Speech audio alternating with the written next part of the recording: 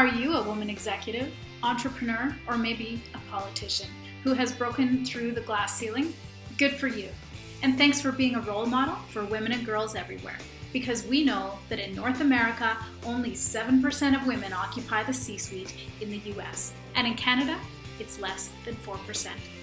I'm making it my mission to change that by building an empire of women leaders who actually take steps to lift one another up in business, the workplace, and in real life. We're going to change those meager numbers and break a whole lot of glass. If you want to join me to help build an empire where together we work on taking our rightful seat in the C-suite and maintaining it, visit my website, consultchristine.com.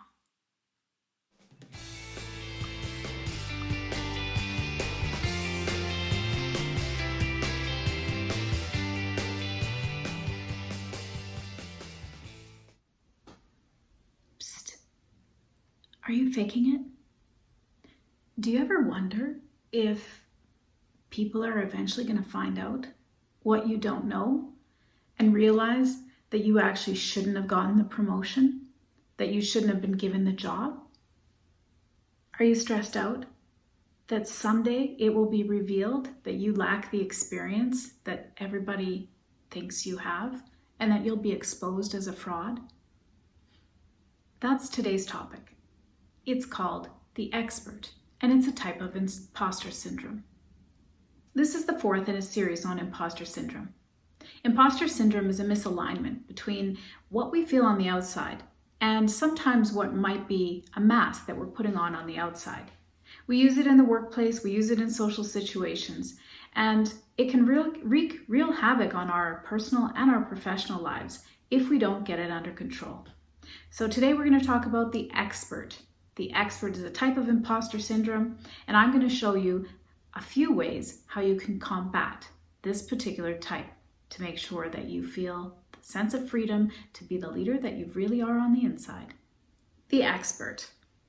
The expert measures their competence based on what and how much they know or can do. Unfortunately, the expert always falls short because they don't think that they can ever know enough in order to be an expert in the field. And what's more is they fear that soon someone will discover their truth and that they will wind up looking like a fraud. Let me tell you about Laura. Laura's a client of mine who worked in a very big law firm. She finally made partner in the law firm, and she was elated because she had put in so much time and effort. She worked many nights overtime. She even pursued her Master of Laws degree, and at the same time gave birth to her second child, was nominated for an award for being a woman advocate in her field. Now, Laura, after all of this, still started to self-doubt. I mean, she sounds like a superwoman, right? But at the same time, Laura felt like a fraud inside. She was sure that she was undeserving of the awards and that she was a failure as a mother. So she spent so much time trying to get more and more credentials and more recognition from other people that she began to burn out. She was showing classic expert imposter syndrome. Do you see some of yourself in Laura?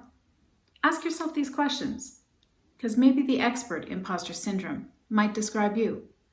Do you shy away from applying to jobs if you don't meet every single part of the expertise that is required?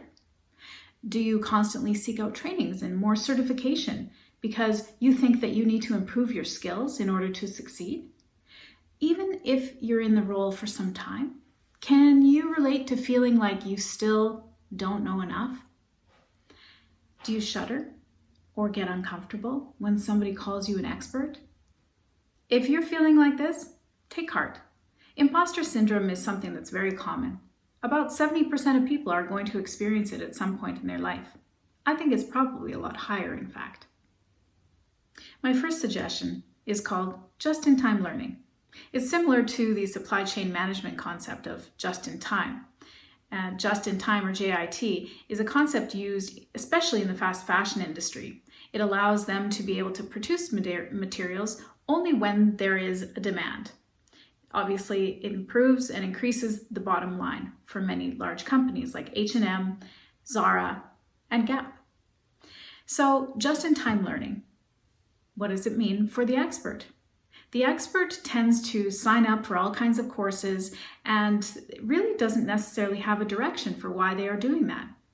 Just-in-time learning is all about getting yourself ready in the moment when you need to learn that particular concept, skill, or get that experience. The expert needs to realize that they don't need to have all of these credentials to put on and pad their resume. The next one is to learn to ask for help. The expert's mindset is that asking for help is a sign of weakness. Switch that mindset around. Asking for help creates alliances and it makes other people feel included. And for women in the workplace, showing that you have that vulnerable side is going to be key to ensuring that people see the personable side of you. It's really important when leading. Otherwise, you'll have an organization full of employees who wait to be told each step of the way what to do because they're too afraid to go ahead and take the step in the right direction themselves. By being somebody who is vulnerable and asks for help, you create a sense of collaboration within your organization. My third suggestion is to hire a coach. Yes, the expert is my most common type of client. They are highly skilled, well-educated, introspective, and very competent. Hiring a coach is worth it because the expert gets the opportunity to be vulnerable, practice asking, and getting the help that they need, and truly working on aligning what they put out into the world with the thoughts that they have in their own mindset with credible, trained advisors. And that's a wrap for today's video on imposter syndrome type, the expert.